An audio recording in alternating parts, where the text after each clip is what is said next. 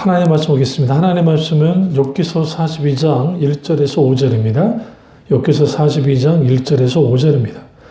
욥이 여호와께 대답하여 이르되 주께서는 못하실 일이 없사오며 무슨 계획이든지 못 이루실 것이 없는 줄을 아오니 무자한 말로 이치를 가리는 자가 누구니이까? 나는 깨닫지도 못한 일을 말하였고 스스로 할 수도 없고 헤아리기도 어려운 일을 말하였나이다. 내가 말하겠사오니 주는 들으시고 내가 주께 묻겠사오니 주여 내게 알게 하옵소서. 내가 주께 대하여 귀로만 듣기만 하였사오나 이제는 눈으로 주를 배웁나이다. 아멘. 말씀 제목은 영적 터닝 포인트입니다. 영적 터닝 포인트라는 제목으로 말씀을 나누도록 하겠습니다. 욥기서 42장은 욥의 하나님 앞에 욥이 철저하게 회개하는 장면이 욥기서 42장에 나옵니다. 사실 많은 설교나 또 대부분이 욥기서에서 알려진 게 욥기서 1장부터 3장까지 욥이 어떻게 고난을 받게 되어졌는가 그것까지 가다가 이제 4장부터 욥의 세 친구와의 욥의 논쟁, 하나님 논쟁이 나오죠. 그것도 인과율의 논쟁, 신앙관에 대한 논쟁, 이런 논쟁이 있다 보니까 이걸 이제 너무 쉽게 넘어가고, 그 다음에 이제 욥기서 38장에 드디어 계속 침묵하고 계셨던 하나님이 폭풍 가운데 욥에게 나타나셔서 이제 그들이 얼마나 무죄했는지, 또 이때까지 하나님에 대해 이러쿵저러쿵 했던 것들이 얼마나 오만한 것이고 교만한 것인지를 분명하게 드러내 주셨습니다. 그리고 그가 이제 하나님과의 1대1의 만남을 가지고 하나님 임재 가운데 그 비로소 터닝 포인트, 이제 다시 그가 전환하는 그런 일을 했던 것을 볼 수 있습니다. 신앙생활에서 우리가 중요한 게 그때그때 터닝 포인트를 가져야 됩니다. 그러니까 우리가 뭔가 터닝하는가 혹은 유턴하는가 이런 것들 왜 필요하냐면 신앙생활 하면서 계속 우리가 한 걸음 한 걸음 그냥 그렇게 그냥 똑바로 갈 수 있으면 좋겠는데 사실 우리가 신앙생활 하다 보면 그러지 못할 때가 많습니다. 그래서 우리가 영적으로 미끄러지거나 신앙이 뭔가 잘못됐을 때는 본래의 포인트로 돌아와야 돼요. 원점으로 돌아와서 다시 시작해야 됩니다. 그러다 보면 굳이 그럴 필요 있을까?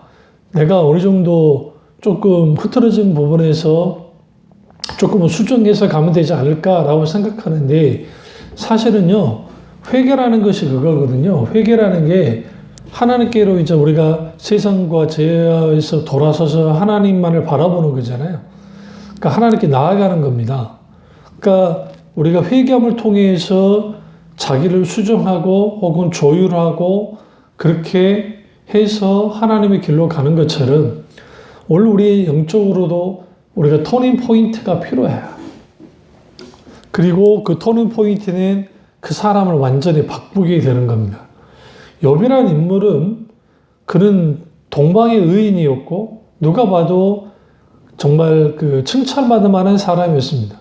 인격으로 보나 신앙으로 보나 또 주위 사람들과의 관계를 보나 하나님과의 관계를 말할 것도 없을 거예요. 그럼에도 불구하고 그런 시험 가운데 노출되었고 그리고 욥기서의 가장 큰 핵심은 인내에 초점이 맞춰 있는 게 아니고 포커스가 있는 게 아니라 하나님만이 항상 옳으시다라고 하는 하나님의 절대 주권에 대한 강조가 욥기서에 있습니다. 그리고 인간이 감히 하나님 하신 일들을 헤아려 알 수 없음을 알고 욥의 고난에 대하여 생각할 때에 욥의 세 친구는 인과율, 원인이 있으면 결과가 있다고 하는 인과율의 관점을 통해서 네가 뭔가 죄를 졌으니까 이런 일이 벌어지는 것이야 라고 이제 결론을 내버렸죠. 그런데 하나님은 그게 아니라 하나님은 욥을 알고 계셨고 그리고 욥이 말로 하나님께 범죄하지 않을 것을 분명히 아셨기 때문에 사탄이 욥에 대하여 이제 시험하자고 했을 때 주님이 허용하신 겁니다. 그것은 곧 욥을 고통스럽게 그냥 고생하기 위한 그러한 목적에서가 아니라 하나님만이 항상 옳으시다라는 것을 분명하게 드러내기 위함이었고, 사탄이 어떻게든 욥을 넘어뜨리려고 했지만 결국은 그를 넘어뜨리지 못하고, 그럼에도 불구하고 욥이 이제 하나님을 만나고 난 다음에 비로소 그가 깨닫게 되는 거예요. 왜 이 모든 고난이, 이런 고통이 왜 그에게 있게 되어졌는지를 이제는 알게 되는데, 그 핵심 내용이 뭐냐면 결국은 내가 알지 못하는 것을 말했고, 이런 모든 부분, 그러니까 내가 고통을 당한 것은 내 죄 때문이 아니야 라고 하면서 계속 강변했는데, 근데 스스로 알지도 못하는 것들, 사실 이러한 것들에 대해 막 떠벌렸거든요. 그러니까 욥기서 42장 6절에 이런 말 이렇게 고백하는 거 아닙니까? 그러므로 내가 스스로 거두어드리고, 여기서 스스로 거두어드리는 것은 욥기서 4장부터 37장까지 그 수많은 논쟁들, 하나님에 관련된 내용들, 그러한 것들을 자기가 그렇게 자기 자신을 변호하고 강변했던 걸 스스로 거두어드리고 티끌과 적 가운데 회개한다라는 겁니다.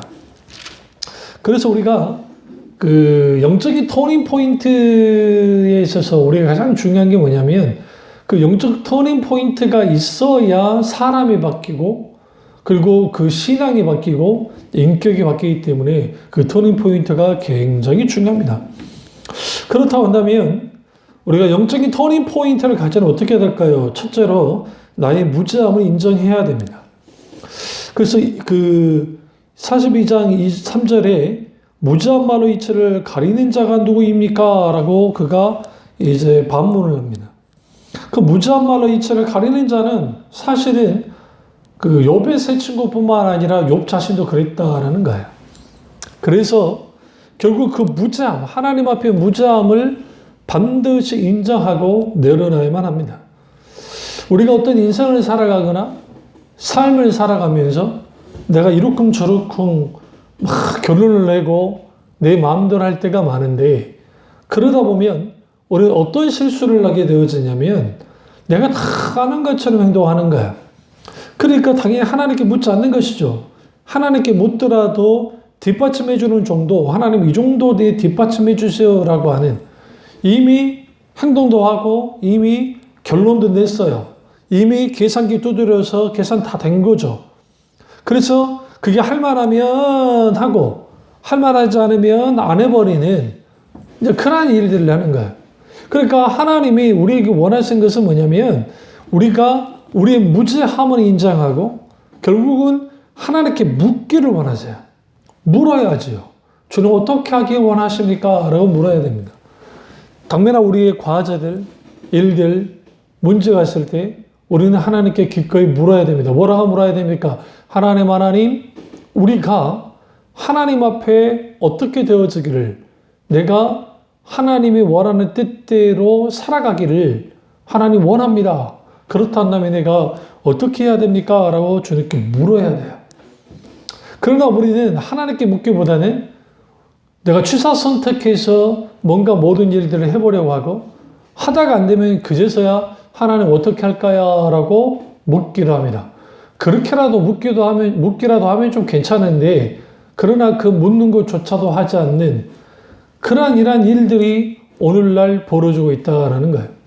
그럼 왜 그런 것조차 묻지 않을까요? 왜 그런 것조차 하나님께 정말 깊이 나아가서 어떻게 하기 원하십니까? 라고 나아가서 기도하지 않을까요?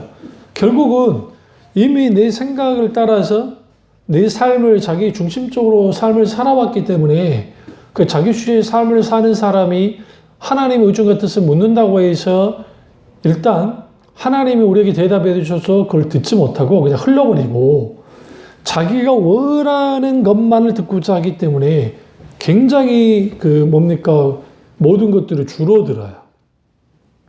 그러니까 그게 안 들리는 거죠. 그러니까 그게 옳은 줄 알고 가버리는 거예요. 그러니까 욥과 욥의 세 친구가 그런 거죠. 욥이 얼마나 엄청난 큰 고통 가운데 있었습니까? 그가 고통받는 기한에 대해서는 잘 나오진 않아요. 그러니까 그가 이게 몇 개월을 병 때문에 고생을 했는지, 1년인지 2년인지 3년인지는 모르겠어요. 어쨌든 상당 기간 그가 어쨌든 거기에 그래 고통을 당하고 있었던 건 분명한 것 같습니다. 그런데 그 고통을 당하는 속에서 그들이 한 거는 뭐였냐면 하나님 논쟁. 그러니까 결국은 욥의 세 친구는 욥을 정죄하느라 바빴고 욥은 아니라고 강변하게 바빴습니다. 정작 거기에는 하나님의 자리가 없었고 또 고난 가운데 있을 때 우리가 욥기서에서 그 신종론의 문제가 발생이 되는데 하나님은 과연 정의로우신 분이신가? 신종론은 하나님이 정의롭다라는 거죠. 그런데 여기서 왜 그러냐면 뭐 죄가 있는 욥이 아닌데 왜 이러한 감당하지 못할 만큼의 이러한 엄청난 시험을 허용하시고 실제 그 시험을 받게 하시는가? 다시 말하면 욥의 자식들이 다 죽었잖아요. 그리고 그의 모든 전 재산을 다 날려버렸습니다. 심지어는 집도 다 무너지고 심지어는 육신의 병까지 들었고 마지막 하나 남았던 부인도 저주를 퍼부으며 하나님께 저주하라고 하면서 저주를 퍼붓고 가버리는 그러한 정말 끝장이 나버린 욥, 그 엄청난 고난 가운데 있게 됐습니다. 그래서 차라리 나는 나지 않았으면 어머니 못해서 그냥 죽어버리든지 아니면 나지 않았으면 얼마나 좋았을까라고 하는 그런 그가 정말 탄식하는 것처럼 그런 힘들고 어렵고 급박한 그런 상황 가운데 문제 가운데 있었다는 겁니다. 그럼 누구도 우리가 3자 입장에서 욥을 봐서 그렇지 그게 내 문제라고 했다면 우리 모두가 절망했을 겁니다. 그런 의미에서 욥은 참 대단한 사람이긴 합니다. 그런데 그 대단한 사람이긴 한데 여기서 하나님께서 그에게 이제 문제 삼은 게 그가 스스로 의롭다 여기겠다는 것들이 그러니까 결국 그는 동방의 의인이긴 했어요. 왜? 이거는 분명한 사실이었으니까요. 그래서 그 욥기서 1장 3절에 후반절에 보면 이 사람은 동방 사람 중에 가장 훌륭한 자라. 과거 개혁 한글판에는 동방의 의인이라는 표현을 썼거든요. 아주 훌륭한 사람이었어요. 그런데 여기서 우리는 뭘 할 수 있냐면 동방의 의인이라 일컬어지는 사람이라 할지라도 혹은 훌륭한 사람이라 할지라도 하나님 앞에 섰을 때는 주인이 불과하다는 사실이에요. 하나님이 그걸 알게 하신 겁니다. 만약에 이런 것들이 없었다고 한다면 욥은 하나님 앞에 진정한 겸손한 태도로 갖지 못했을 겁니다. 물론 그는 정말 훌륭한 사람이고 겸손한 사람이었습니다. 그럼에도 불구하고 그가 아주 정말 깊은 고난 속에 있을 때, 고통 속에 있을 때 하나님 어떻게 하기 원하십니까? 물론 하나님 내게 왜 이런 일을 벌였을까 묻기는 했지만 정작 하나님 내가 이 모든 과정을 어떻게 하길 원하십니까? 라고 하는 한 걸음 한 걸음 주님을 찾아나가기보다는 논쟁하느라 바빴다는 거예요. 왜요? 자기는 다 안다는 거죠. 그런데 이제 재밌는 게 그 친구들이 욥을 막 정죄할 때에 이제 그 욥이 나는 죄 때문에 한 게 아니다. 그 친구들 그럼 왜 이래 된 거냐? 그러니까 그건 모르겠다는 거예요. 그렇습니다. 우리가 모르는 영역들이 있어요. 우리가 생각지도 않는 고난들, 우리 앞에 벌어지는 어떤 일들, 그런 것들이 이해가 되지 않을 때가 있는 거예요. 아니, 아우슈비츠에서 학살당한 유대인들이나 지금 현재 우크라이나에서 그 정말 러시아군의 무차별 폭격 때문에 그 죽어나가는 사람들. 그들이 그러니까 그들 중에 종교의 신자들이 약 한 80% 이상이 되니까 그들이 믿는 하나님에게 뭡니까? 이거 어떻게 된 겁니까? 라고 물을 거 아니에요. 그러니까 이해되지 않는 도대체 하나님은 뭐 하고 계십니까? 라고 하는 하나님께 대하여 이렇게 대식할 수 있습니다. 그런 의미에서 욥의 세 친구는 하나님이 너를 버렸다. 그러니까 네가 죄를 인정하고 회개하고 돌이키면 하나님께서 너를 이제 더 큰 복을 주실 거다라고 나오죠. 그러니까 욥이 그래요. 내가 뭘 그렇게 죄를 졌냐? 내가 회개할 게 뭐가 있느냐? 이게 교만인 거죠. 하나님 앞에. 그래서 결국은 그가 무지한 말로 자신의 이 무죄함, 자기가 죄인이라는 사실, 그리고 이해하지 못할 것들이 있다는 사실, 그리고 이 모든 것들은 하나님의 절대 주권 가운데 선하신 하나님이 우리 가운데 선하신 뜻으로 욥을 인도하시고 이끄시고 함께 하셨다는 사실을 그가 잘 깨닫지 못했던 겁니다. 그래서 우리가 터닝포인트, 영적인 터닝포인트를 하려면 반드시 나의 영적인 무죄함을 이것을 분명하게 하나님 앞에 인정해야만 합니다. 이게 굉장히 중요해요. 두 번째는 하나님께 질문을 던져야 돼요. 터닝포인트를 하려면. 그래서 4절에 내가 말하겠사오니 주는 들으시고 내가 주께 묻겠사오니 주여 내게 알게 하옵소서. 우리가 하나님께 질문을 던지는 이유는 내가 알기 위함이에요. 그러니까 욥은 친구들에게 질문을 던지고 그리고 욥의 세 친구들도 욥에게 계속 질문을 던졌지 정작 이 사람들이 다 하나님께 질문을 던지지 못했습니다. 않았습니다. 성경 보시면 하나님이 사람들에게 질문하신 경우가 많아요. 예수님도 공생 기간 속에서 인자를 누구로 하느냐라고 가이사라 빌립보에서 쭉 물으시잖아요. 그러니까 뭐 엘리야입니다, 세리완이라 합니다. 막 이제 하죠. 그러니까 사도 베드로가 주는 그리스도시요 살아계신 하나님 아들니라. 그렇습니다. 하나님은 우리에게 질문을 던지지만 하나님의 자녀된 우리도 하나님께 질문을 던져야 돼요. 그 질문을 던지는 그런 게 많이 나온 게 시편이에요. 시편의 탄원시 속에서 여호와야 내가 왜 이렇게 이 고난을 당할만 합니까? 왜 주님 우리를 혼자 이렇게 내버려 두시나요? 주님 이 고통 속에 내가 울부짖습니다. 주님 도대체 뭐 하고 계세요? 빨리 와주세요. 주님 이 악인의 형통함을 어떻게 이해할 수 있습니까? 라고 묻잖아요. 그러니까 우리가 이런 일련의 이 모든 것들 하나님께 질문을 던져야 된다는 거. 그래서 우리가 기도할 때 how? 어떻게 하기를 원하십니까? 주님 이 모든 상황이 왜 이렇게 벌어졌나요? 내가 무엇을 해야 됩니까? 어디로 가야만 합니까? 라고 하는 이런 하나님께 대한 질문들이 우리 가운데 분명하게 있어야 돼요. 그 질문 속에서 결국은 우리는 하나님이 알게 해달라는 주여 내게 알게 하옵소서. 하나님의 뜻을 알기 위해서 질문을 던지는 거예요. 다시 말하면 질문을 위한 질문을 하는 것이 아니라 하나님의 본 뜻을 알기 위해서 질문을 던져야 그래야 영적으로 터닝 포인트를 할 수 있습니다.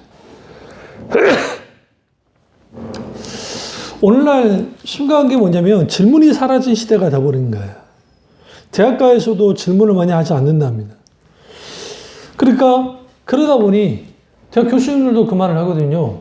그 질문을 참 많이 던졌으면 좋겠는데 학생들이 던지지 않고 또 질문을 던지면 또 수업 시간 계속 길어진다고 학생들끼리도 싫어하기도 하고 또 질문도 또 뭐 질문 같지 않는 질문을 했다고 또 막 타박하기도 하는 그런 분위기 또 한국 사회 자체가 그렇게까지 막 질문을 하는 그런 사회가 잘 안 되어지니까 뭐 요즘 좀 다르긴 하겠지만 그러다 보니 사고의 틀 그리고 또 어떤 뭐 여러 가지가 좀 좁혀져요.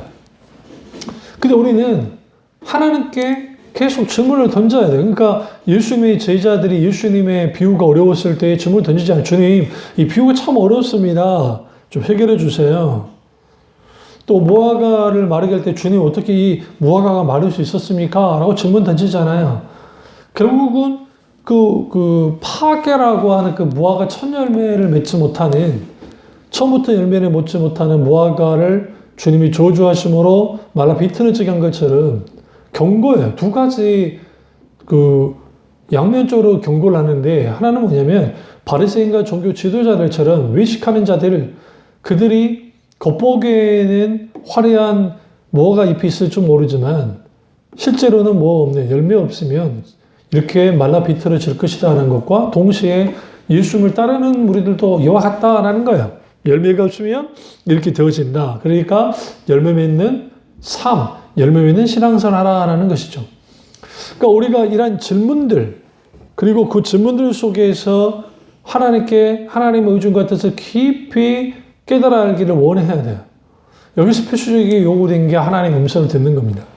그러니까 나의 음성이 나의 목소리가 커지면 하나님의 음성은 적어줄 수밖에 없고, 당연히 거기에서 있게 되는 게 뭐냐면 결국은 그냥 내 생각과 내 기준과 내 방식만 가지고 나아가는 거예요.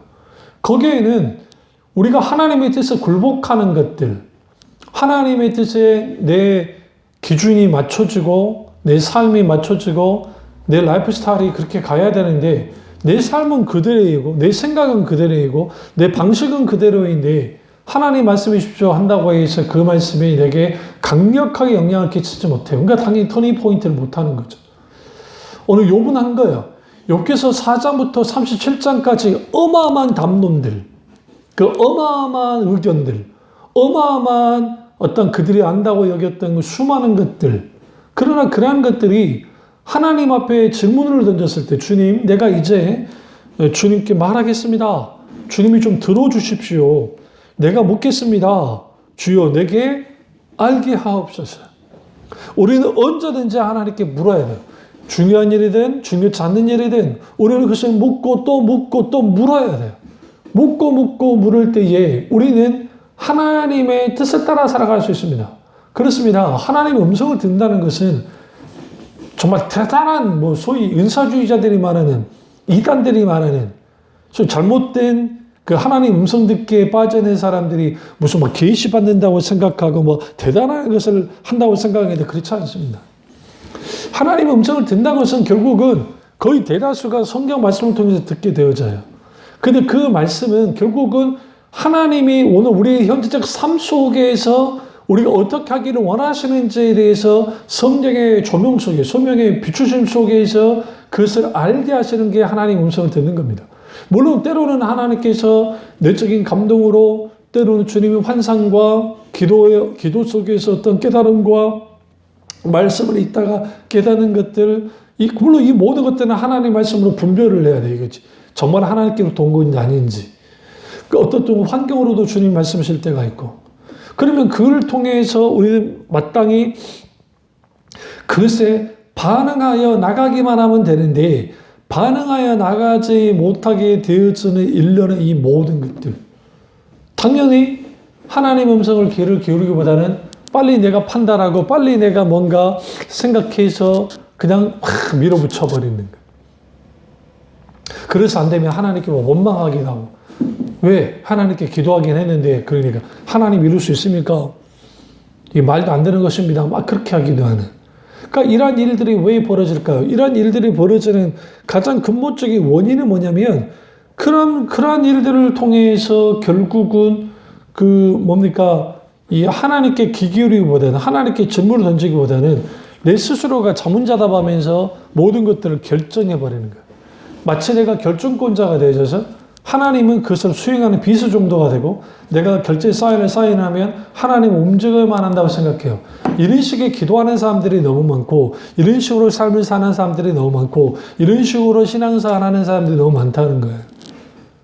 그러니 당연히 거기에 하나님의 설 자리가 없고 하나님께서 개입하실 자리가 없잖아요.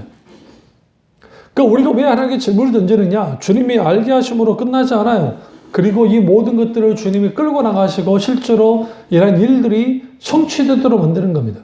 그래서 여러분, 계속적으로 우리는 터닝 포인트를 해야 될 이유는 뭐냐면, 그래야 우리가 실수를 적게 하고 하나님의 뜻에 합당한 걸음을 한 걸음 한 걸음 나갈 수 있기 때문에 그래요. 그러니까 다윗이 전쟁터로 나아갈 때에, 그가 군사가 적을 때에도 하나님 올라갈 겁니까? 말 겁니까? 물었습니다. 근데 동시적으로 이제 그가 군사수가 정말 어마어마하게 많아졌을 때에도, 그리고 자기의 군대와 또 백정 용사들의 비교해서 다른 나라의 군대는 그렇게까지 강하지 않음에도 불구하고 여전히 다윗은 하나님 가서 싸울 겁니까? 말 겁니까? 라고 계속 물어요. 그냥 한 번 묻는 게 아니라 계속 물어요. 어떻게 하겠냐고. 그리고 기다려요. 하나님 말씀하실 때까지. 그래서 하나님께서 올라가라 하면 올라가 싸웠고, 아니면 기다렸어요. 여기서 우리는 뭘 알 수 있냐면, 하나님이 가라 하시면 가는 것이고 멈추라면 멈추면 되는데, 인간의 본성이 하나님의 의중과 뜻에 의해서 움직이기보다는 자기 마음대로 하고 싶어요. 이게 아담과 하와의 타락한 본성 가운데 있게 되어지는. 그러니까 아담과 하와가 타락하게 된 이유가 뭡니까? 하나님처럼 되고 싶어서 그런 거 아닙니까?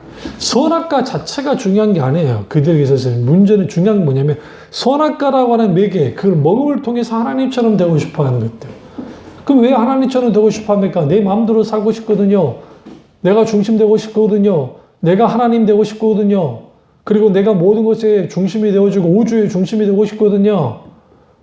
근데 성경 그게 아니라고 합니다. 하나님만이 절대적인 주권자이시고 하나님만이 만왕의 왕이시고 하나님만이 주인이심을 분명히 말해요. 우리는 그 주인 되신 하나님 안에 우리는 청지기로서 혹은 분봉왕으로서 세워진 존재이지 우리가 주인은 아니었다는 거예요. 그래서 우리가 어떤 일을 결정할 때에 결정권자가 하나님이기 때문에 하나님께 묻는 것을 게을리하지 않아야 돼요. 그런데 인간은 연약한 존재이기 때문에 여호수아의 군대가 이제 가나안 전쟁에 여리고 전쟁을 승리하고 막 쭉 일사불란하게 나아갈 때에 그때 가나안 7족속 중에 하나인 기브온 족속이 큰 나라에서 온 것처럼 가장으로 가서 그래서 조약을 체결하지 않습니까? 맹약을 혹은 언약을 계약을 체결하는데 이때 그들이 속았던 이유는 뭐냐면 여호수아와 장로로부터 시작해서 이스라엘의 백성을 이르기까지 하나님께 묻지 않았어요. 그냥 눈에 보여주는 대로 그것을 그대로 받아들였습니다. 그리고 속아버린 거죠. 물론 기브온 족속이 이스라엘의 종이 되긴 했습니다만은 문제는 뭐냐면 그러한 것들이 이제는 다윗 시대에 이르기까지 그러니까 사울 시대에는 또 기브온 사람들을 막 학살하는 일들이 벌어지기도 하고 그때까지 계속 이어져 내려오는 거예요. 이러한 일들이 왜 벌어집니까? 이러한 일들이 벌어졌던 이유 중에 하나는 뭐냐면 하나님께 묻지 않은 거예요. 하나님께 묻지 않으니까 거기에 자신들이 그냥 결정을 쉽게 해버렸고 그 쉽게 한 결정이 아주 엄청난 문제를 만들어낸 거죠. 마찬가지로 아브라함도 하가를 취하는 문제에 있어서 하나님께 물었어야죠. 근데 거기에 하나님께 물은 흔적이 전혀 없어요. 왜 그러냐면 그게 하나님께 자식을 낳아드리는 거, 아들을 낳아드리는 게 옳을 거라고 생각한 거예요. 그래서 그 일을 감행해버린 거죠. 근데 이러한 일들이 성경에 참 많이 나와요. 그래도 불구하고 또 하나님의 사람들은 묻죠. 하나님 어떻게 하길 원하십니까? 내가 가야만 합니까? 가지 말아야 됩니까? 어떻게 보면 막 답답하게 올 줄 모르는데 이게 답답한 게 아니라 터닝 포인트 할 때 우리가 여기서 이제 돌아서고 전환하고 뭔가 이제 우리가 그 변혁의 어떤 기회를 삼을 때에는 결국 내 기준과 내 방법과 내 뜻으로는 안 돼요. 그러니까 욥이 자신의 무지함을 하나님께 인정했고 우리도 똑같이 하나님께 무지함을 내가 알지 못하나 인정할 때 거기로부터 마음속으로부터 터닝 포인트가 시작되어지는 것이고 동시에 우리가 하나님 그분에게 짐을 던지고 하나님 그분의 의중과 뜻을 아는 그 하나님의 음성을 기울이고 그 음성을 들을 때 음성을 들었으면 우리는 이제 즉각 믿음으로 순종해야 돼요. 아무리 환경으로 상황으로 주님이 우리에게 말씀하셨어도 순종하지 않으면 그 하나님의 역사가 나타나지 않습니다. 이게 굉장히 중요해요. 그리고 세 번째로 터닝 포인트 가장 큰 핵심이라고 하는 메타노이아, 회개. 철저하게 회개해야 돼요. 돌이켜야 돼요. 회개는 많은 사람들이 울고 불고 하는 것만이 회개가 아니에요. 물론 그런 회개 속에 있게 되어지는 감정적인 현상이긴 합니다. 근데 아무리 거기서 막 울고 불고 했어도